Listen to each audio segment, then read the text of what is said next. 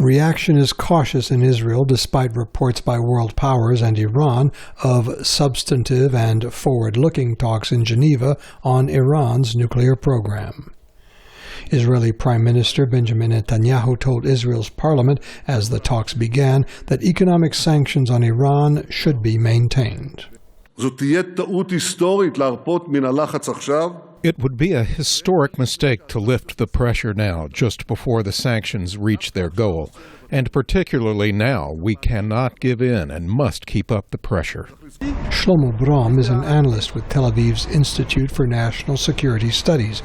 He says Iran may be bowing to economic pressure brought on by the sanctions. It's possible that now the Iranian perception is different, and they are starting to understand that it may be that the nuclear regime, instead of being a kind of assurance for the survival of the regime, became a threat to the survival of the regime.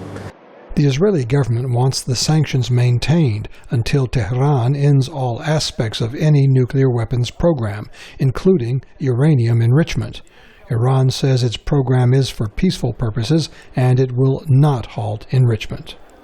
Mark Fitzpatrick with London's International Institute for Strategic Studies says these are bargaining positions. Iran is not going to give up all enrichment. It's become too much part of their national psyche. So there will have to be some enrichment as part of a deal, and there will have to be some relaxation of some sanctions. Not all sanctions, but some. Israel has threatened military action if Iran's nuclear program continues unchecked.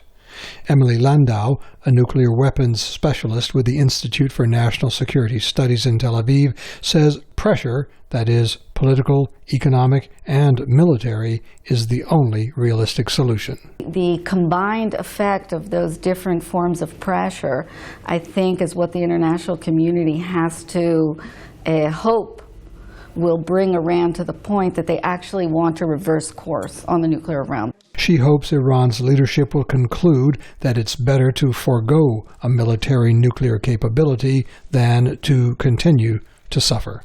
Scott Bobb, VOA News, Tel Aviv.